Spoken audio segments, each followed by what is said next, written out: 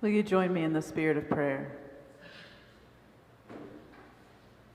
God, we thank you for this opportunity to come together, to hear your words and to listen for your word. I ask that you make your presence known among us, that you touch our hearts, that you whisper in our ears, that we might receive even just a fraction of the message you have for us this morning. Amen.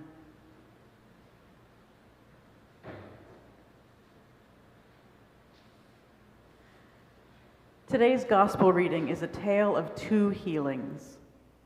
Jesus is on the move again in the region of Tyre. He enters a house hoping to be undetected. The first healing recipient is the nameless daughter of a persistent mother, a mother who will not be dissuaded. The second healing recipient is the nameless acquaintance of they, who beg Jesus to touch the man who is deaf and with a speech impediment. In both narratives, we get the sense of desperation and deep need. There is no question of Jesus' capability to heal, but will he heal? The contrast in the healings is what Jesus says to the mother who entreats for her daughter, versus what Jesus does to the man brought by nameless neighbors. In the first case, the mother approaches Jesus as a time when he did not want to be noticed. He wanted to hide, and she shows up with a pressing need. It is healthy to seek alone time for refreshment, rejuvenation, and relaxation. And perhaps Jesus just needed a moment. But somehow she is made aware of his presence. The author carefully identifies her by her ethnicity, a Gentile of Syrophoenician origin. And the reader must ask, what is Mark getting at here? Jesus is in Gentile territory. She bows before him and begs on behalf of her daughter. And despite efforts by preachers and interpreters to tidy up Jesus' response to the woman, the text says what it says. He said to her, "Let the children be fed first, for it is not fair to take the children's food and throw it to the dogs." Some interpreters suggest that dogs is better translated as puppies, or that it was common for Gentiles to be referred to as dogs. Neither of these explanations is sufficient to navigate the harsh refusal in Jesus' words. The dehumanizing metaphor is jarring to many contemporary listeners. We prefer to read past it and get to the happy ending. The use of dogs to refer to this woman and her community recalls derogatory terms used to describe black women in modern society.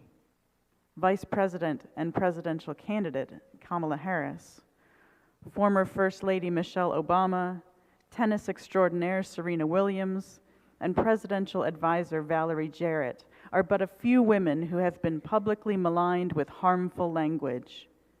These critiques target individuals, yet function to denigrate persons of African descent as a whole. To justify Jesus' language makes room to justify comments and behaviors towards certain people, groups that today are misogynistic and, in some cases, xenophobic and racist. The metaphor is less than affirming in context, and even more so in contemporary. But the woman talks back. In Matthew's telling, it is the woman's faith to which Jesus responds, even as the disciples urge him to send her away. But in Mark's telling, there are no disciples visible, and Jesus responds to her words, not her faith. For saying that, he says, "You may go. The demon has left your daughter." It is her faithful talkback that moves Jesus. She dares to speak on behalf of her people to the Lord, whom she knows can change her daughter's situation. Jesus' ministry of inclusivity is made visible when she talks back.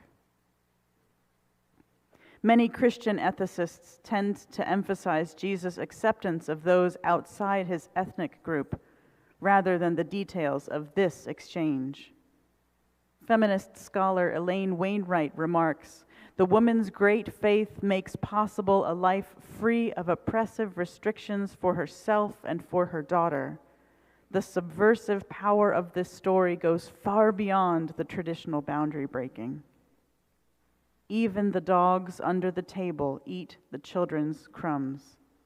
She will not be denied, and she changes Jesus' mind and Jesus' ministry."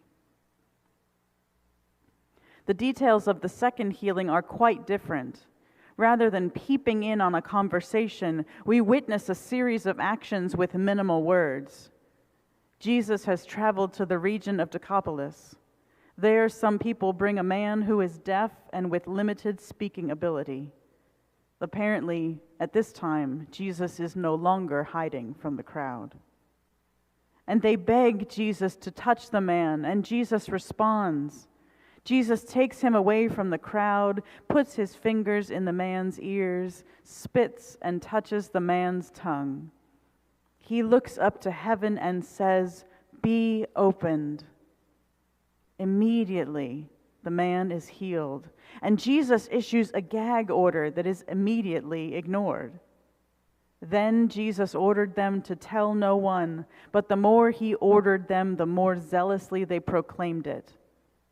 And can we blame them? This is news worth telling. The active physical engagement of Jesus with this man is such a contrast to the previous healing account. Yes, the daughter is healed, as is the man, but the pathways to their healing look different. Perhaps that is the point. The life of faith is not homogeneous.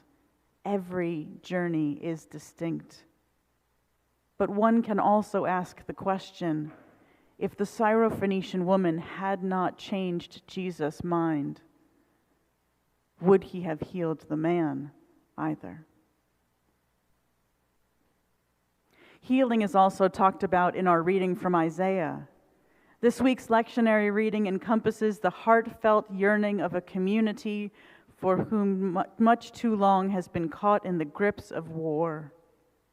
In this expression of wishful thinking, one hears a deep desire for a different world, a world in which there is a return of life amidst death and healing in the context of the ravages of imperial violence.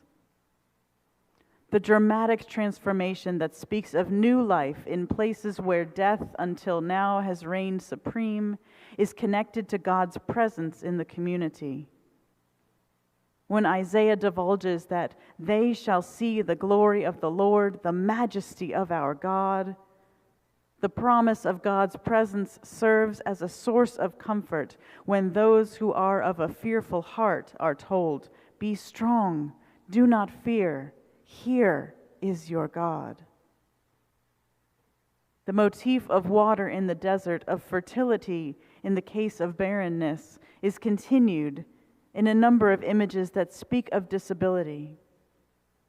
In verses 5 through 6, it is noted that the blind will see, that the deaf shall hear, and that those who are physically impaired will jump like deer. In the ancient Near East, like many places still in the world today, disability was seen as the ultimate life-denying circumstance, impairing individuals to such an extent that they could not fend for themselves, quite often ostracized and pushed out of the community.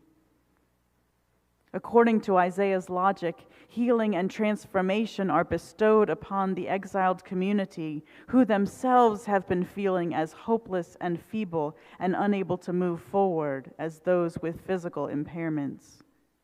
In verse 3, the prophet expresses the purpose of this text, lifting up those who are feeling helpless, strengthen the weak hands, and make firm the feeble knees. From the vantage point of disability studies, such an interpretation, though, is fraught with problems.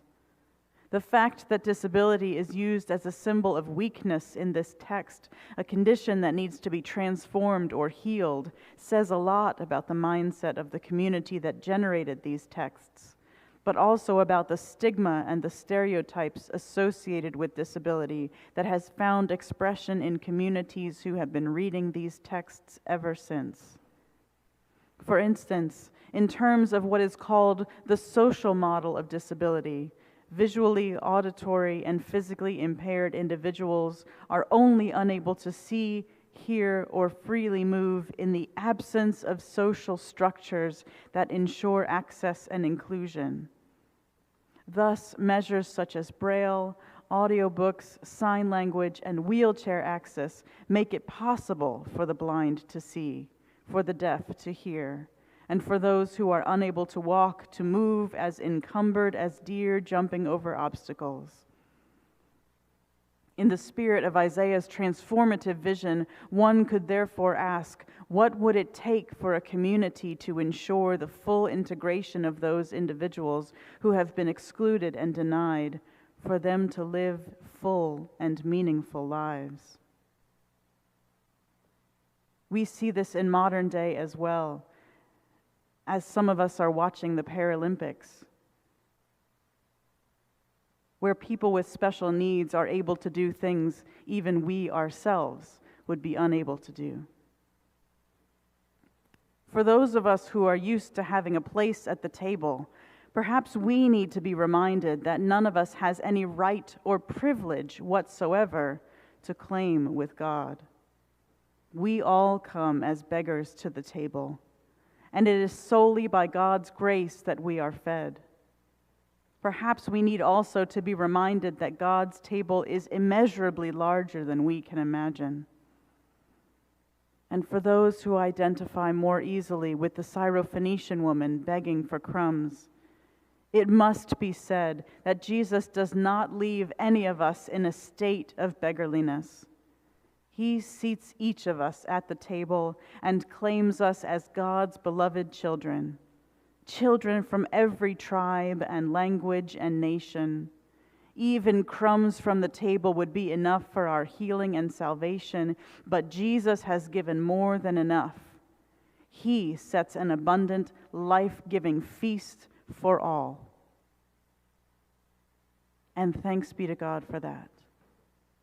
Amen.